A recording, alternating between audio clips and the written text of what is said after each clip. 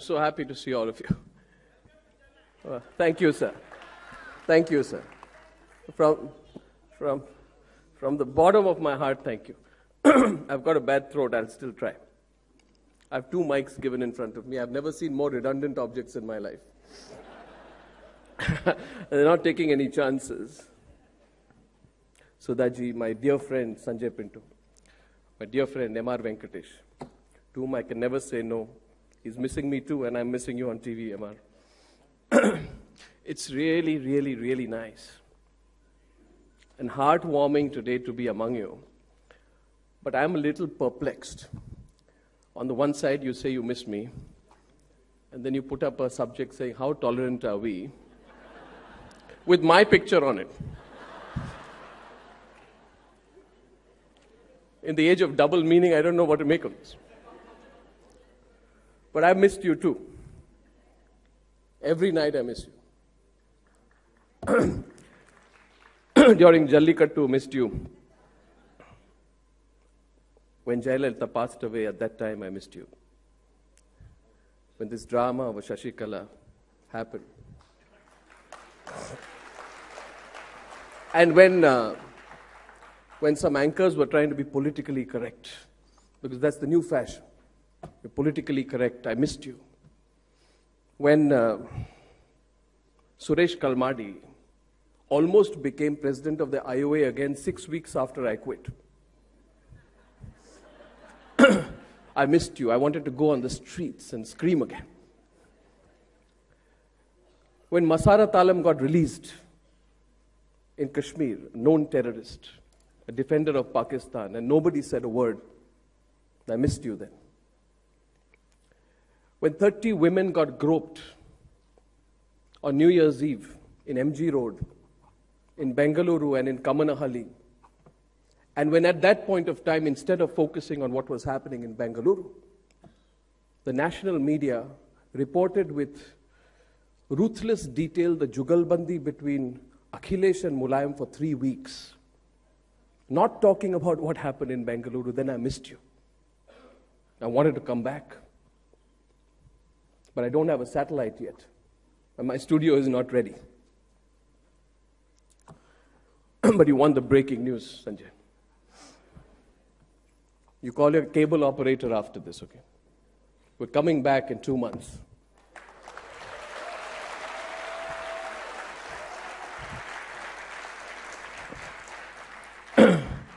And Republic is not just India's first independent news venture. It is not just the first defining step of India's global news venture, which it will be with your blessings and our combined work. Republic is not just a news channel for me. It is not just a .com. Republic is now a people's movement. And it is our movement. But today, as I speak to you, I want to say more. I want to tell you more. I want to tell you about what we are on the cusp of, what we are going to do as we leap into the future. I want to tell you about what Republic is about. I've been a journalist 21 years. I walked up the staircase of NDTV 21 years back. I was taken to a small room in solitary confinement. In a very deep voice, someone told me, remember, son, remember, never express your opinion. Something went wrong. Last 10 years have been magnificent. Every day I get hate tweets from across the political spectrum. I've had threats. So many people have said, we will make you lose your job, you will be on the streets. Or no, but it will be worth nothing for you at the end, for you. It will be worth nothing for you at the end. They've been calling me, some crazy people call me a Congress supporter. Some people call me a Sanghi. Some call me a BJP supporter. Nobody now calls me a Subramaniam Swamy supporter. I'm not talking of Mr. Swamy himself. Some people say he's a right-winger. The list goes on. Today, I want to explore before you a question which will define what kind of journalism I do and what kind of journalism I truly believe in, and that question actually is in that. How tolerant are we? And I want to talk about my profession. And I will put 6 questions before you today. And at the end of it, we'll have a conversation on the subject. Question 1, how tolerant are we? And I will elucidate each one with examples before you today to raise a principal question. At the end of this conversation, we'll talk about what the future of Indian journalism should be, what we are doing right, what we have done terribly wrong, and what we need to change and change immediately. And from that, I will soak the answers, and then we will go, and together we will launch Republic 2 months from now. My first question to you is this. Why are the tolerant so intolerant? And can we tolerate it any longer in this republic? Those people who say we are the tolerant, we preach tolerance, we talk about tolerance. Why are they so intolerant in turn? Let me give you example number 1, if I may. There's a documentary called India's Daughter by Leslie Adwin, which was put out about 2 years back. The inexplicable tolerance of the intolerable by some part of the media. Let me lay before you the facts. 3rd March 2015, exactly 795 days, that is 2 years, 2 months and 4 days after Nirbhaya's death. That's the timing. What was the story in its own words? A British documentary filmmaker, Leslie Adwin, makes a documentary on Nirbhaya's rape, which included in great detail, for some salacious reason, a detailed interview with the rapist in plain clothes a month after the Indian courts convicted him of death. The starting point was a story which we picked up from The Guardian on 3rd March 2015. The irony was that the self-proclaimed tolerant and liberal media brigade in Lutyens, Delhi, were willing to give a prime-time slot to the rapist on national and global television. I still remember the words of the rapist Mukesh Singh. They seep and ring in my ears, and it is here before me. Mukesh Singh, the rapist, says, and this is what the channel was fighting for in the name of liberal media and freedom of expression. Mukesh Singh says, the rapist says, you cannot clap with one hand. It takes 2 hands. A decent girl won't roam around at night. A girl is more responsible for rape than a boy. About 20% of girls are good. She should just be silent and allow the rape. Then they would have dropped her off after doing her and only hit the boy.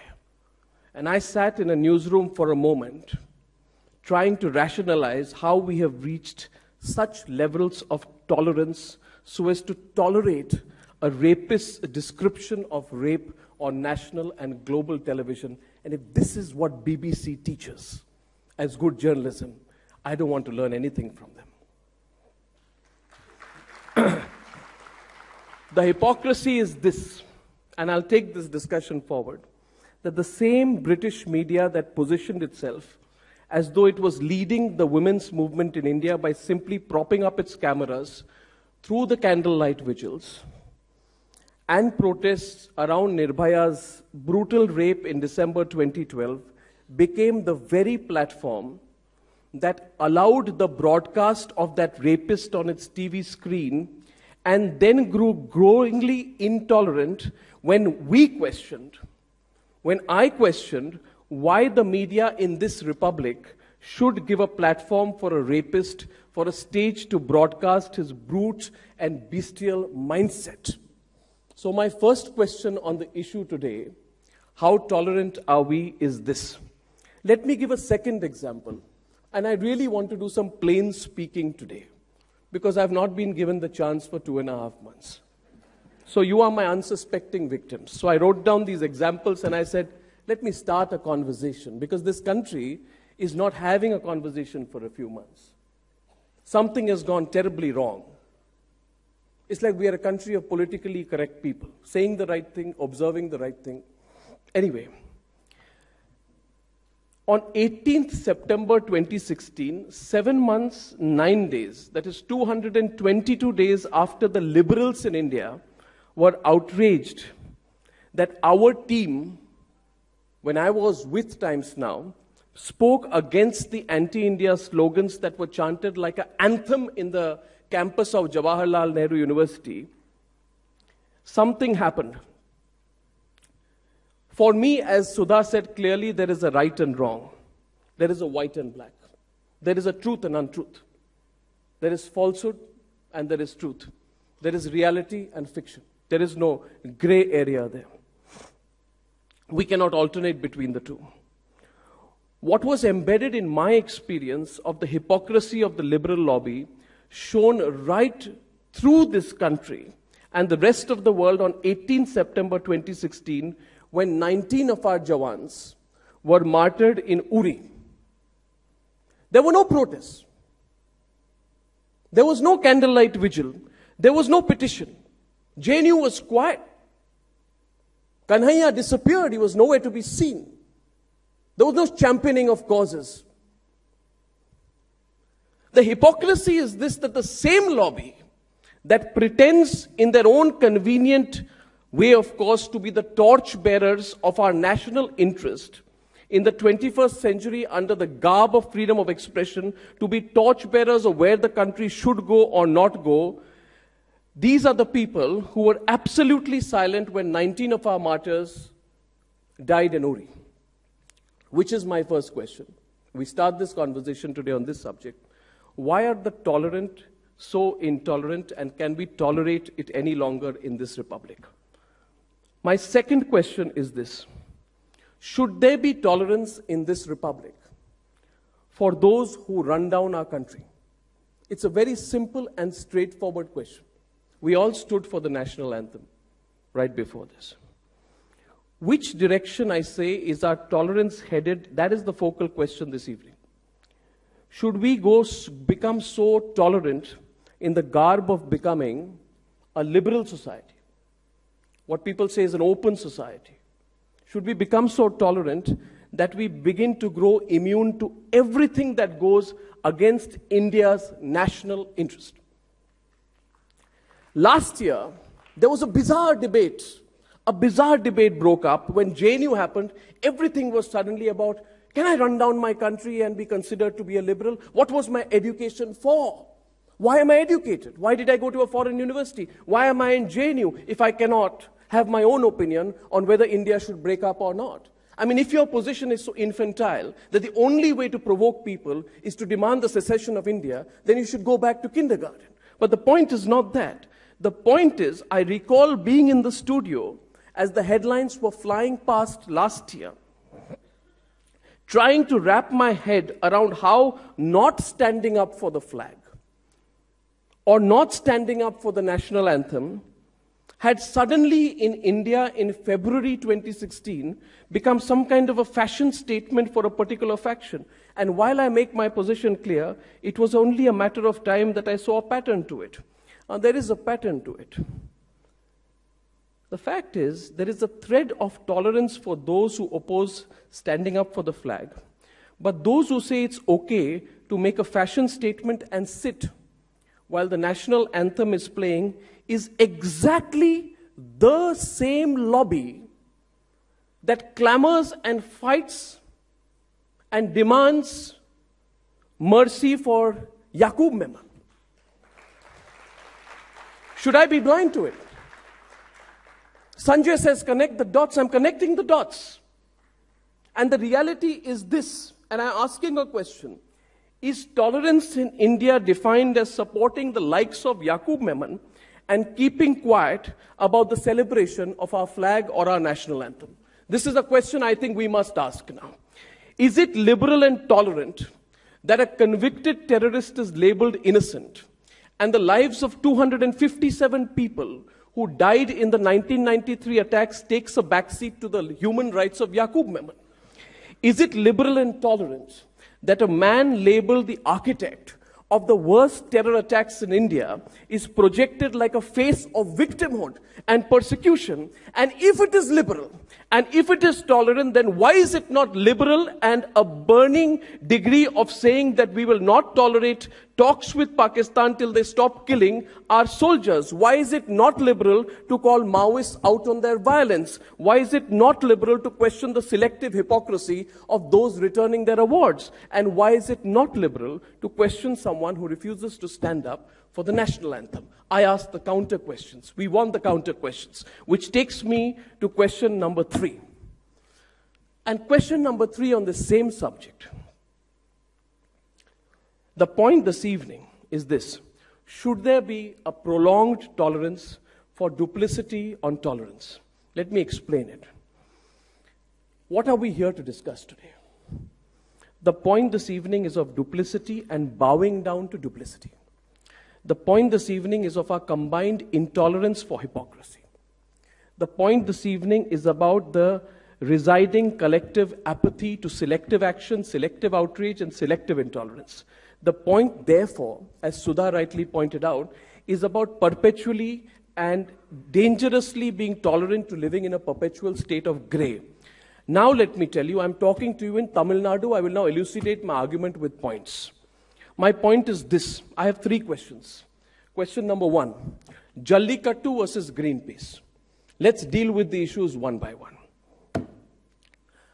On January 12th, 2017, the Supreme Court rejected a plea by a group of lawyers seeking an urgent ruling on a clutch of petitions on Jallikattu so that the sport can be organized during this year's celebrations. My question is this, and think about it.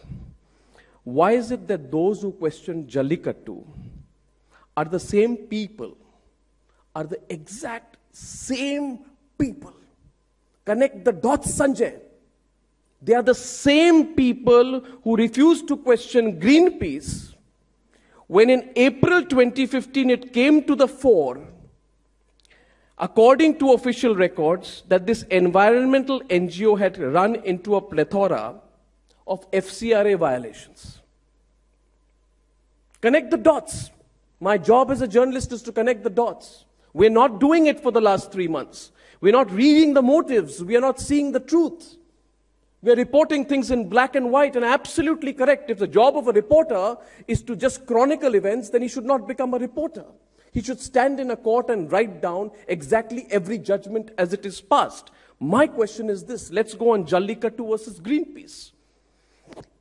Why is it that in April 2015, when my group of journalists had put out in the public domain official documents showing that the intelligence agencies of India had reasons to believe that Greenpeace was not working only against India's economic interest, but also had its accounts frozen and license deregistered on the basis of documents that proved that this foreign-funded NGO indulged in several FCRA violations? Why, ladies and gentlemen, was there a muteness by those who positioned themselves as tolerant and liberal? All those people who spoke about it, not one of them said that Greenpeace was breaking the rules. These are the same people who took a position on Jallikattu. I see a motive there. And why is it that those who stand for the environmental good that Greenpeace supposedly is doing in India are completely quiet about the nuclear installations in the rest of the world? Why have we become so immune to allowing those self-proclaimed quote-unquote liberals of this country to become torchbearers of those who oppose India's national interest? These are questions which we have not asked. Now let me go further into detail. My question is the duplicity on tolerance. Question number 2, the Salman Rushdie ban. Example number 2, the Salman Rushdie ban versus the Taslima ban. In November 2015, a senior member of the Congress party by the name of P. Chidambaram. I'm not mentioning the other senior member. He strolled out suddenly and he had a revelation. He said that the ban on Salman Rushdie's satanic verses was a mistake. You remember that? This fantastic acknowledgement by Chidambaram, 27 years after the book was banned, during the Rajiv Gandhi government. Salman Rushdie then tweeted by saying, and I quote him, "How many more years before the ban is corrected?" Unquote. Relevant question. Relevant question, ladies and gentlemen. But tell me, how many people stood up for Taslima Nasreen in Hyderabad in 2007? When Asaduddin Owaisi's All India MIM attacked her with bricks at a book release function. Where was the media then? Where was this liberal media when a woman called Taslima Nasreen was being physically attacked and assaulted in Hyderabad by a party whose leader stands up in Parliament, Owaisi, and says that I am a Democrat and I am a liberal? None of them, none of these, the liberal media hid its necks like ostriches at that point of time. Nobody spoke a word. How many people stood up for Taslima when 20 hoodlums of the All India MIM, led by an elected MLA, physically attacked her in a press club in Hyderabad? Was it tolerant of secularism not to take to the streets then? Questions we must ask. Example number 3. Vishwarupam versus national interest. And if you think you have to give me security as I go out, it's fine, but I'll say what I want to. Should I speak as I feel?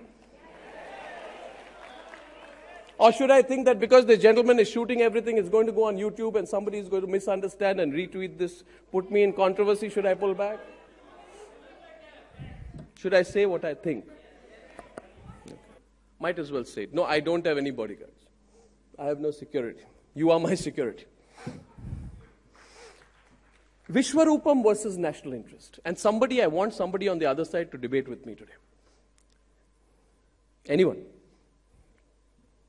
In January 2013, some faction Islamic organization asked for the Kamal Hassan starrer Vishwarupam to be screened to them first, as if we don't have enough sanskari censor babas in this country. I really will need security today, I think. They said they were concerned about the depiction of the community. Understood. The government of this very state, ladies and gentlemen, buckled and put the film on hold for 15 days and later banned the film release momentarily in the state despite it being cleared by the CBFC. My question is this. Isn't there an open and clear duplicity, not just in factions of pseudo-liberals in India, but also in selectively by the elected representatives of our governments to buckle for the sake of appeasing a particular faction? When will this appeasement end? I ask, why should a state be brought down to its knees and buckle and negotiate with irrelevant factions whose only existence breathes on the resolve to divide our country on various lines? I say don't compromise with them. Then why is that appeasement continuing? Question number 4. Yasin Malik and the Hurriyat versus Army. On February 13th, 1992, Yasin Malik was arrested in Delhi on charges that he received lots of cash from Pakistan's ISI for promoting terrorist organizations in the Kashmir Valley. They recovered 4.5 lakh from his possession. They were charge-sheeted by the CBI. It was alleged that during 1985 to 1992, Malik conspired with 4 other accused from different terrorist outfits for aiding and abetting terrorism in Jammu and Kashmir. And yet today, there seems to be a lobby portraying Yasin Malik as the messiah of the Kashmiri people. I ask why? Why are these the same people who fight for the freedom of Yasin Malik, the same people who went quiet when Uri, Baramulla and Pathankot happened later this year? Think of the examples that I am giving you. Jallikattu, Greenpeace, Rashti, Taslima, Vishwarupam, National Interest, Yasin Malik, Hurriyat, Yaqub Memon. It will appear to you if you just sweep through these names, it will appear to you there's no link between them. But what I'm saying is there is a clear link between them. Question number 4. Why was there a prolonged tolerance in this country for corruption? And why did we make Manmohan Singh the paragon, the centerpiece, and the poster boy of clean government in India? He was anything but. Anything but. My journalism is very clear. Plain vanilla journalism has no scheme in my place of things. Journalism is meant to be an inquisition. If we need to believe in journalism of impact, then we must also believe that such impact is possible only if you confront authority. In other words, tolerance should not be a tool for you to tolerate the wrongs. Question is this. On February 16, 2011, I had a great moment in my career. I went inside 7 Racecourse Road for the first time in my life. I had left Delhi as some kind of an evolved cub reporter. The people of India backed me, life was good, and I returned as an editor who got an invitation to 7 Racecourse Road. And it was a big event. In fact, it was breaking news because Manmohan Singh had decided to speak.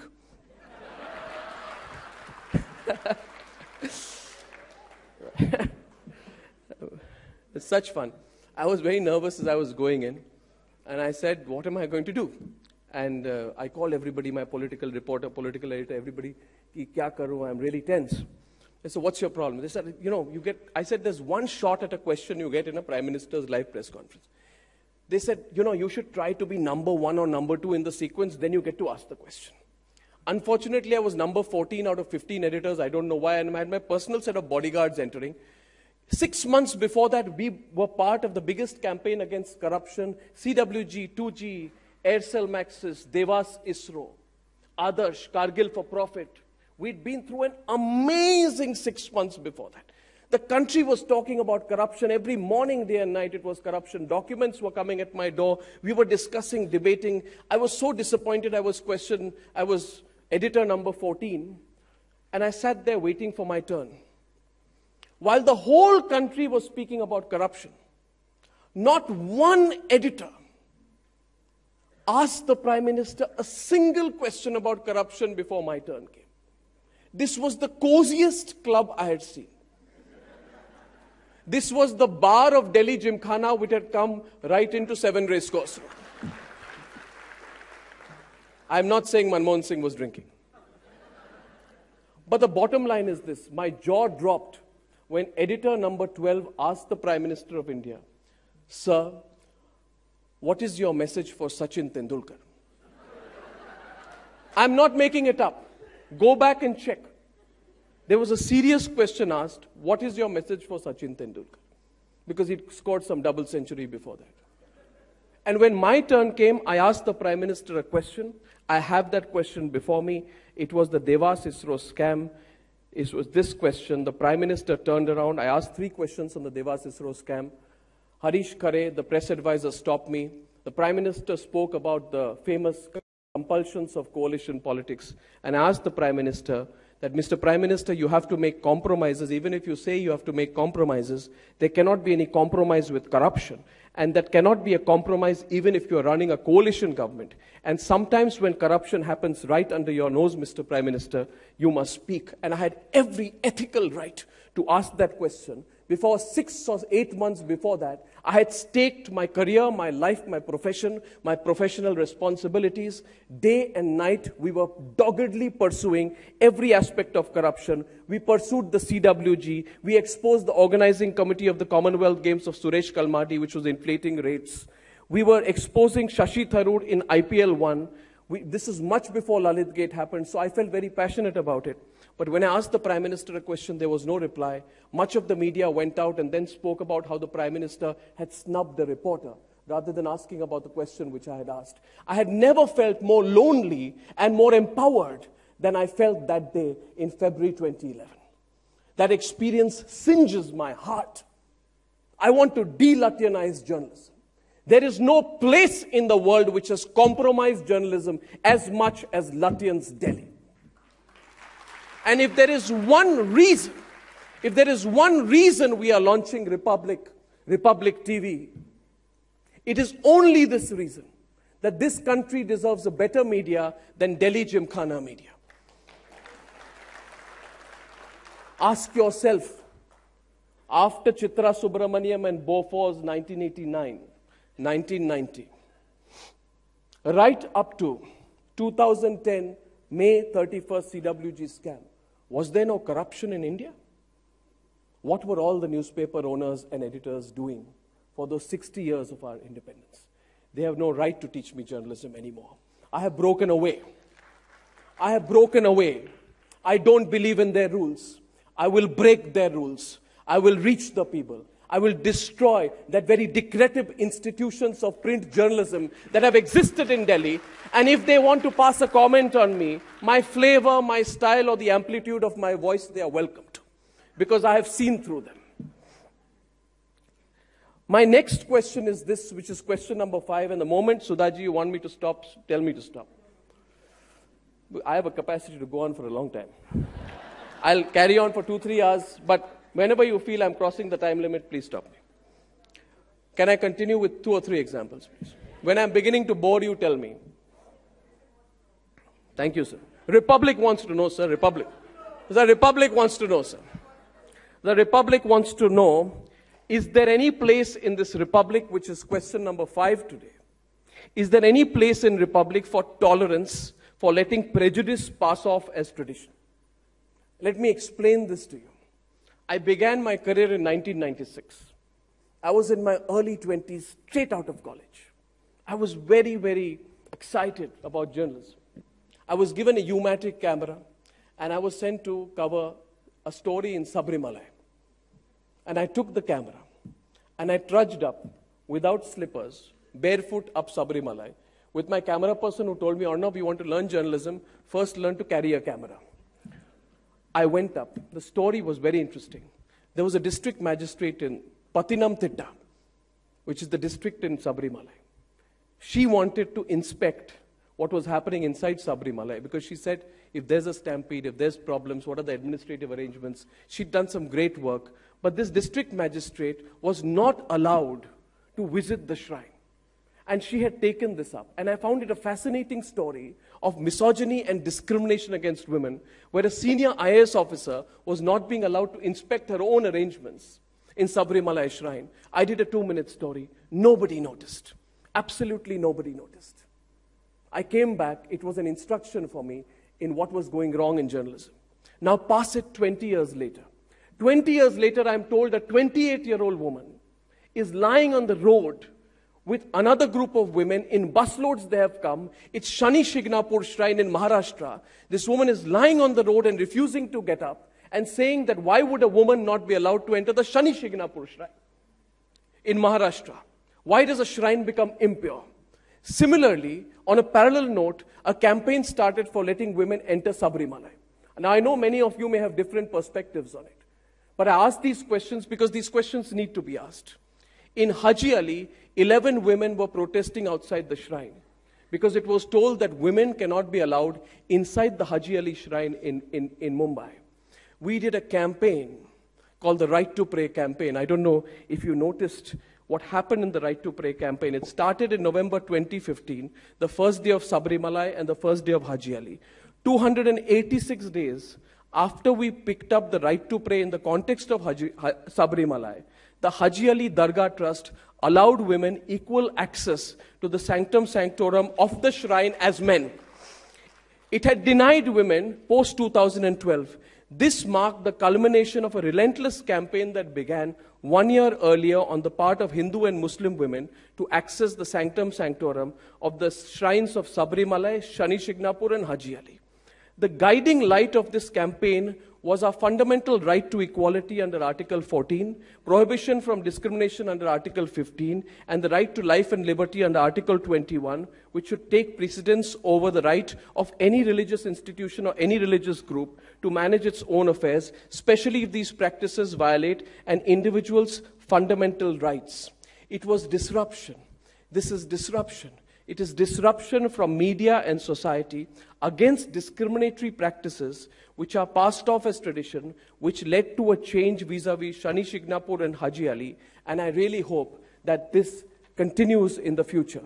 Now, in this country of 1.3 billion people, I take pride today to say that our laws are not perfect. Last year, I openly came out and started campaigning for a uniform civil code in India. I am not a right-winger. For 70 years, we were told that if you ask for a uniform civil code in India, you become a right-winger. I find it unacceptable. We are tolerant of a law that allows for a Muslim man to WhatsApp or post his divorce to his wife simply by saying talaq 3 times. So you put talaq 3 times on WhatsApp and you can divorce your wife. We are tolerant of a system and we consider it to be secular and tolerant. And we are considered to be liberal if we allow a system which does not allow one law for one India. We are tolerant of a system that opposes what is encoded in Article 44 of the Directive Principles of India. We are tolerant of there being a legal sanction for imprisonment for 10 years under Section 377, a law that passes a legal judgment depending on what you may be doing within the confines of your public space. I have openly been against triple talaq. I'm openly for a uniform civil code. I ask you, am I a right-winger in doing so? Should I not ask whether laws which divide India should be allowed or whether laws should unite India? Why should this republic tolerate and hesitate and hiccup to bring one law for all Indians? One law for all Indians, irrespective of their religious faiths or what they do as consenting adults within the privacy of their own home. And if the idea of India in its 70th year is to broadcast a united India, then what place in a united India is there place for triple talaq, and opposition to the Uniform Civil Code, or standing up against the LGBT community have? More importantly, and these fundamental questions must be asked, where are the lobbies that protested because Bharat ko tukre tukre kar denge slogans were shut down? Where are those lobbies when there is an issue at hand to fight for the unity of India legally? I want to know today why. Why the lobbies that proudly proclaim that an expression of freedom of expression is to stand up and say we will destroy India bit by bit, and then claim in public forums that our shout to divide and break up India is an expression of our freedom of expression, then I want to have an example of the same freedom of expression. I want the same people to stand up and say, you cannot divorce your wife on WhatsApp by saying talaq, talaq, talaq 3 times. I want that political correctness to end. Where are the campaigns? Where are the petitions? And where are the candlelight marches? Now, I've been called a lot of things. And I want you to define what I am today. A lot of things have been said. A lot of people have tried to bracket me, put me in a box, to label me, because I don't think of every alphabet before I speak my words. I want to ask you today, I stand for a uniform civil code. Does that make me a right-winger? I stand up for the national anthem and will always speak in support of the Indian Army. Does that make me a Sanghi? I will fight till the LGBT community in India seeks justice and the state stops interfering in their personal and private choices. What does that make me? I am against a legal sanction under the garb of religion for men to WhatsApp divorce to their wives on their whims. Does that make me anti-secular? I don't believe in there being gender discrimination anywhere, even if the oldest religious text tells you to do so in whatever religion that is. Does that make me anti-religion? I believe in free markets, and I believe in calling out the hypocrisy of using the garb of foreign funding, American funding, to undertake FCRA violations. What does that make me? And I believe also in calling out polarization by Hindu groups and Muslim groups and Christian groups and every other group even in thought. What does that make me? That makes me part of this republic. A republic that my team is going to launch for you. You who don't want to be bracketed. You who simply want to see a right and a wrong, and who have the courage to fight only and unhesitatingly for the right. And no, believe me, this is not a leaning. This is black and white. And together, you and I will drive, pave, and create this unimaginable change through Republic. That is my promise today, and that is my promise to you. Thank you very much for listening to me. In 2 months, people have said, on what basis are you setting up a news channel? And I'm saying this to you today. We're setting up a news channel, a movement, on the basis of your love, your hope, your criticism, your affection, your bouquets, your brickbats, and your viewership. Thank you very much for calling me here today and letting me speak among you. Thank you very much indeed. Thank you.